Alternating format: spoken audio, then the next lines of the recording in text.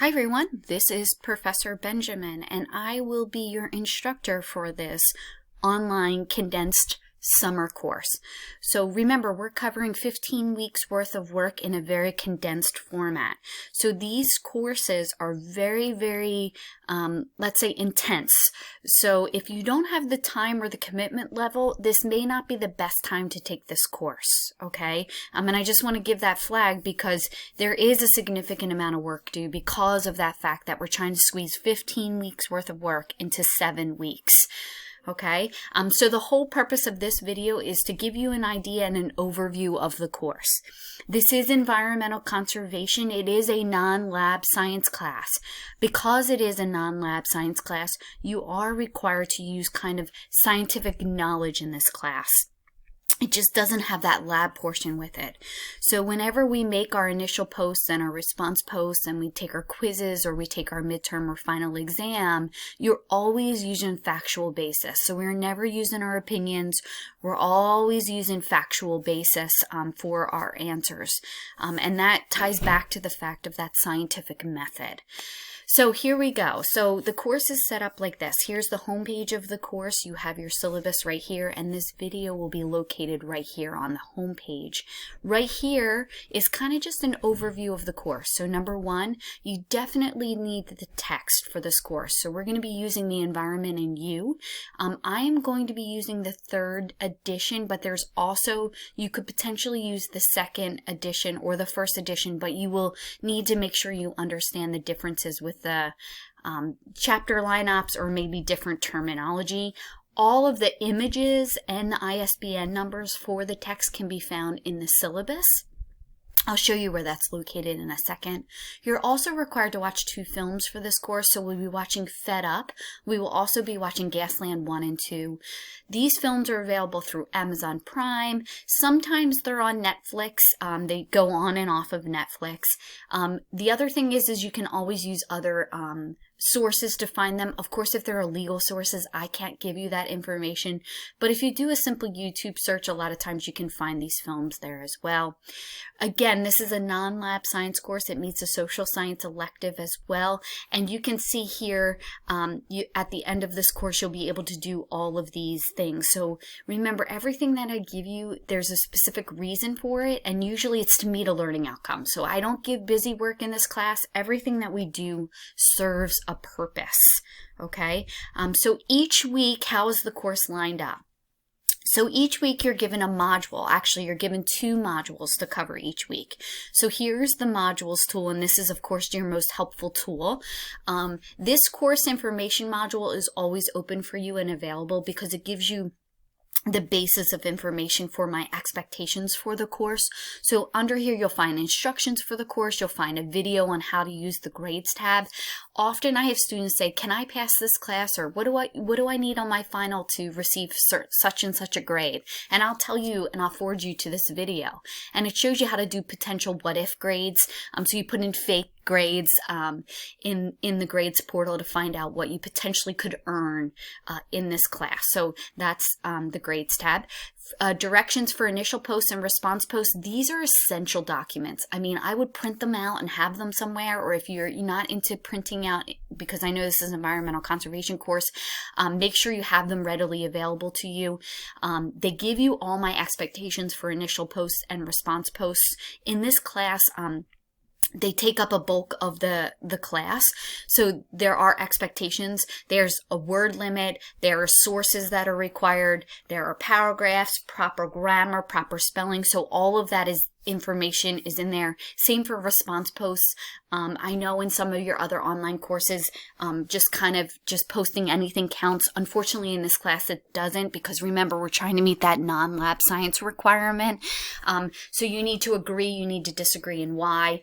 This gives you screenshots if you're not sure of how to respond or make a discussion post. That gives you screenshots on how to do that. And then this is how we use sources to cite and properly cite. So we use in-text citations in this class, and we also cite at the end of our posts in proper MLA formatting.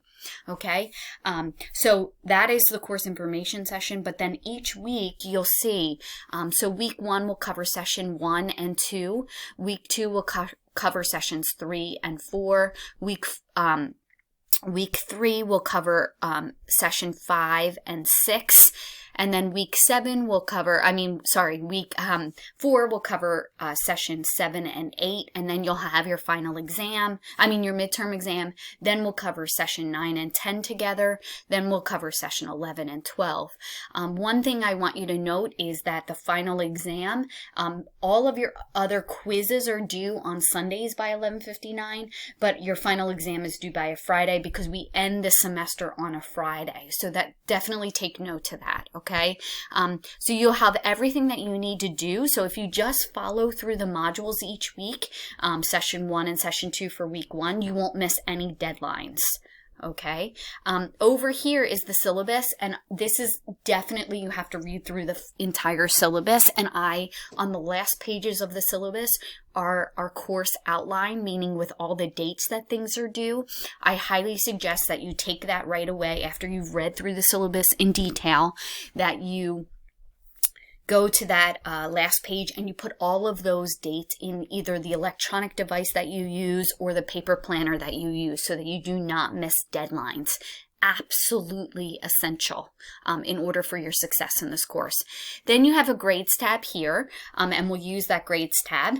And I always have everything graded within 1 week of submittal, so you'll always know where you stand in this class. You won't ever kind of be like, I don't know, I never got anything back. Everything goes in the grades tab.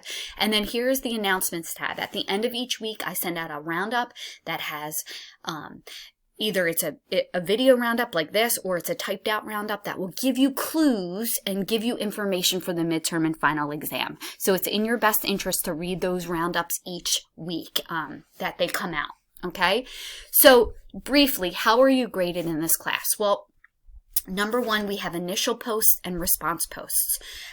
All initial posts in this class are due by Wednesday each week, and our response post to our fellow classmate is by Friday.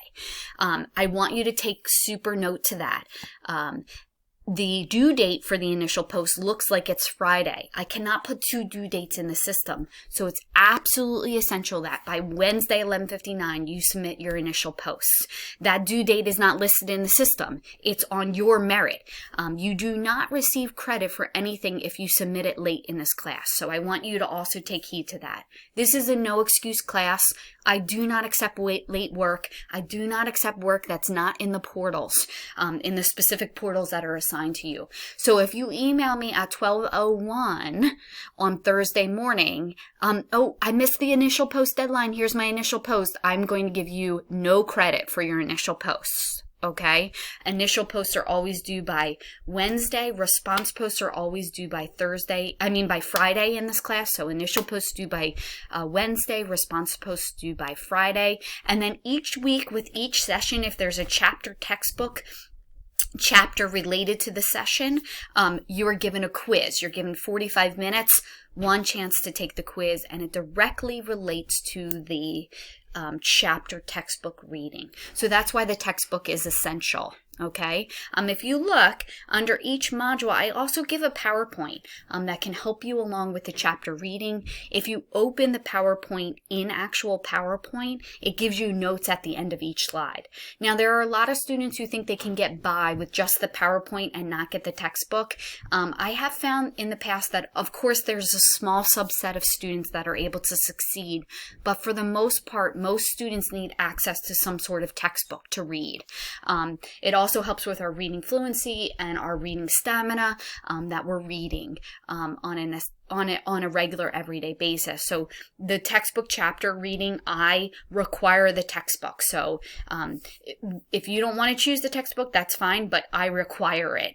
So you will find yourself maybe not succeeding as much if you don't have a textbook with you. Okay. So how is this class set up? Number 1, initial posts and response posts. Remember to read these documents in full because they tell you my expectations for initial and response posts. Initial posts are always due by Wednesday. They need to be at least 300 words. They have to have paragraphs, proper spelling, grammar. They need to contain the sources that I have given you under each module to answer the questions. Okay. And then you're going to respond to a fellow classmate by Friday each week. And that is always at least 200 words. You agree, you disagree, and why. And then the other thing that you're going to be graded on in this throughout this class are on quizzes. So there are weekly quizzes if there's a chapter textbook that relates to the session that we're covering, okay? And those quizzes will be calculated into your final average as well. You are given 2 forums and 2 quizzes drop, so technically you are given 1 week off from this class. It is a very condensed class, so taking 1 week off is a significant amount of class time. So if you have an emergency that happens, that week is what's given to you. And that's why I have a no excuse policy, because technically if you need more than a week to recover from an illness, or you have a family emergency or a death in the family, then that is something that you may want to think about dropping the class, because missing more than 1 week in this condensed format is really missing like 2 or 3 weeks of a traditional semester. Okay? So each week, and then you're going to have a midterm and a final. And the midterm and the final are all essay. You are given all the questions before the midterm and the final in review sheets. So you'll see right here, midterm exam review sheet.